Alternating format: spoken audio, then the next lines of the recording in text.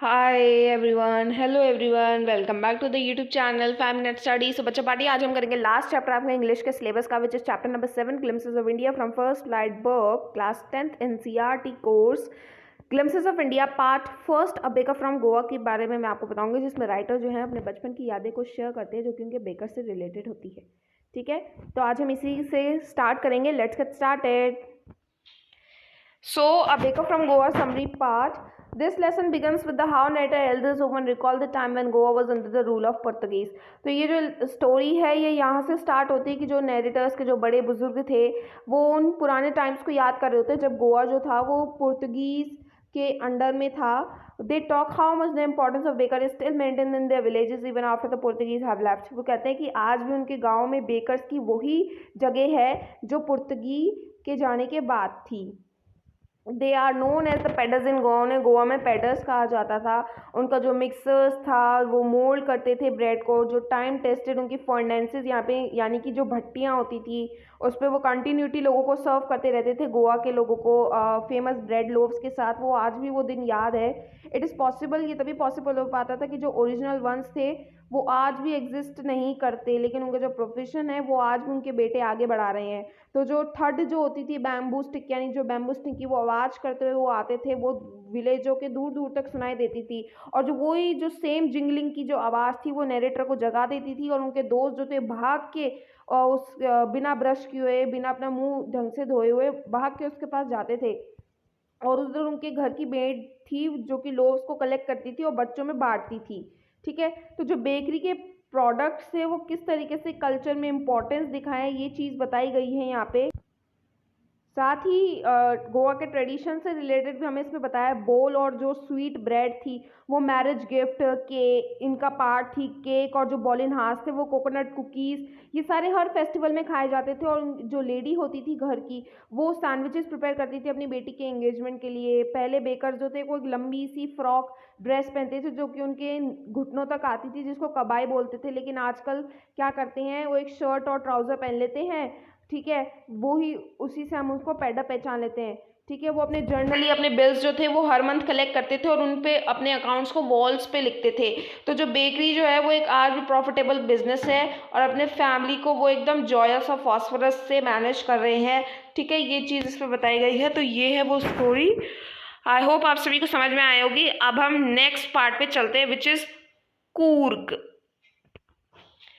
सो ये रही बच्चों, अब हम पार्ट 2 ग्लिम्सेस ऑफ इंडिया का जो कूर्ग है उसके बारे में हम बात करेंगे, जहाँ पे स्पाइसेस, कॉफ़ी, इन सब चीज़ों के बारे में हम जानेंगे। सो आइए शुरू करते हैं। So here is the summary of Coorg. Summary writer यहाँ पे जो है वो ये बताते हैं कूर्ग के हिल स्टेशन के बारे में बताते हैं, जो कि वेस्ट केरल कर्नाटका के स्टेट के वेस्टर्न घाट्स पे पाया जाता है। ये बेंगलोर और मैंगलोर के बीच में पाया जाता है। ठीक है, ये कूर्ग में विजिट करने का सबसे बेस्ट टाइम है सितंबर टू मार्च, क्योंकि जो प्लेस है यहाँ पर कॉफ़ी प्लांटेशन और स्पाइसेस के लिए बहुत फेमस है। यहाँ पे बहुत सारे रेन फॉरेस्ट है जो कि 30% एरिया इसका कवर करते हैं। कूर्गी मैन जो हैं वो एक ब्रेव वॉरियर्स हैं जो कि पहले उनके पास लाइसेंस है, सिर्फ उन्हीं के पास लाइसेंस है कि वो अपने घर में गन रख सकते हैं। वुमेन्स जो होती है कूर्ग की बहुत सुंदर हैं। कूर्ग को कोडाबू भी कहते हैं, कोडाबूस भी कहते हैं, क्योंकि वो हिंदूज हैं बाय रिलीजन, बट उनके जो कस्टम्स है वो थोड़े से डिफरेंट हैं। ठीक है, थोड़े से ग्रीक के उनके कस्टम्स हैं और वो अपनी कम्युनिटी में ही शादी कर लेते हैं। ठीक है, और कोडाबूस को जो है वो ये भी कहा जाता है कि वो ग्रीक और अरेबिक डिसेंट के, यानी वहाँ के कल्चर से हैं। कुछ सोल्जर्स जो थे वो अलेक्जेंडर आर्मी से यहाँ आए थे, अलेक्जेंडर की आर्मी से कुछ सोल्जर्स यहाँ आए थे अपनी एथनिक ड्रेस में, कोडाबू की ड्रेस में। कुपिया वहाँ सेम अरब गारमेंट, कुफिया सेम ही ड्रेस होती है, तो इसे बाद में अरब ने कुर्दीज ने ये नाम दिया। तो जो रिवर थी कारी वो कुर्ग से ओरिजिनेट होती थी, और फिश का जो नाम था महासीर वो भी इस रिवर में पाई जाती है। बहुत सारे जानवर, बर्ड्स जैसे कि किंगफिशर, लंगूर, स्क्विरल्स, एलिफेंट ये रिवर में दिखते हैं। मतलब रिवर के आसपास दिखते हैं। टूरिस्ट भी यहाँ पर इस खूबसूरत एटमॉस्फेयर को देखने के लिए आते हैं। एडवेंचर स्पोर्ट्स को एंजॉय करते हैं, जैसे कि river rafting, biking, mountain biking, rappelling, trekking, climbing, ये सारी चीज़ों को। ट्रैकिंग करते वक्त नेचुरल ट्रेल्स में एनिमल्स जैसे कि मकाओ, मालाबार स्क्विरल, लंगूर, ये सारे के सारे ट्री पर आपको मिलेंगे, पेड़ों पर देखने को मिलेंगे। तो जो मेजर टूरिस्ट अट्रैक्शन होता है वो होता है Brahmagiri hills, Nisargadhama island, Balakuppe Tibetan settlement. Coorg जो है वो विजिटर्स को एक इंडिया का अलग ही डाइवर्स कल्चर की ऐसी फीलिंग दिलाता है। सो कूर्ग एक इस तरीके का क्या है आपका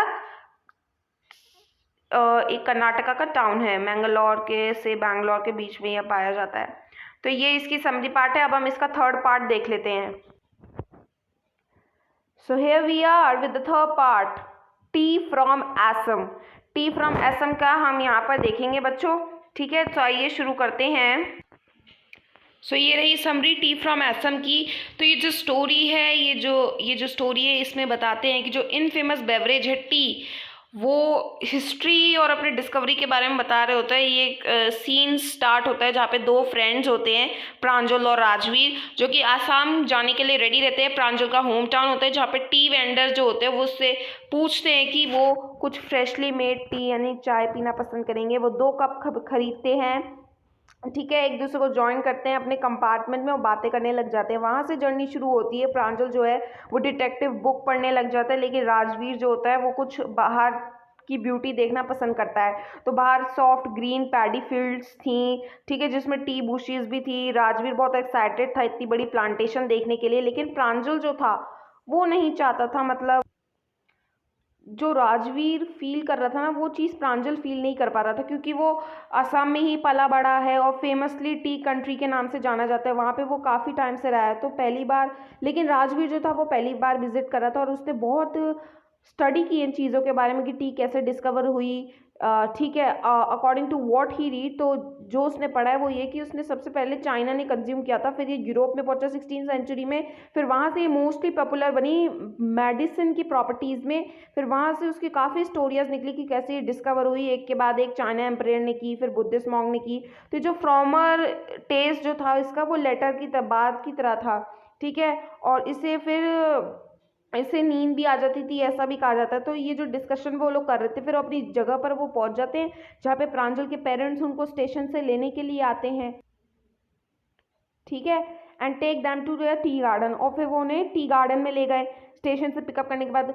उस वे में वो कैटल ब्रिज से गुजरते हैं और वो एक ट्रक देखते हैं जिसमें टी लीव्स से वो भरा रहता है, जो कि उनका अटेंशन खींचता है। फिर वो सेकेंड स्प्राउटिंग सीजन देखते हैं। राजवीर जो होते हैं उसने बहुत सारी पढ़ाई कर रखी थी यहाँ आने से पहले, जिसकी वजह से प्रांजल के फादर जो है बहुत इंप्रेस्ड हो जाते हैं और उसे और भी बहुत सारी चीज़ें वो बताते हैं। लेकिन प्रांजल को इंटरेस्ट नहीं होता, क्योंकि वो वहीं पे पला बड़ा है। एक होता है ना कि जैसे कि अब आप किसी का भी एग्जाम्पल ले लो, सपोज मुंबई का।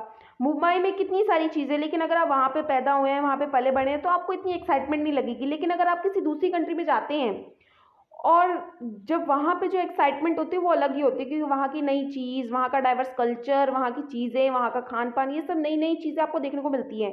तो ये सारी चीज़ें ही प्रांजल और राजवीर के साथ डिस्कशन में थी। तो इसी के साथ बच्चों हमारी समरी कंप्लीट होती है। मैंने आपको तीनों पार्ट्स की एक्सप्लेनेशन इस वीडियो में दे दी है। आई होप आप सभी को समझ में आया होगा। चैप्टर को अच्छे से पढ़ना, कोई भी क्वेरी हो मुझसे पूछ लेना। Don't forget to do like share subscribe to my channel. Till then stay tuned, bye bye everyone.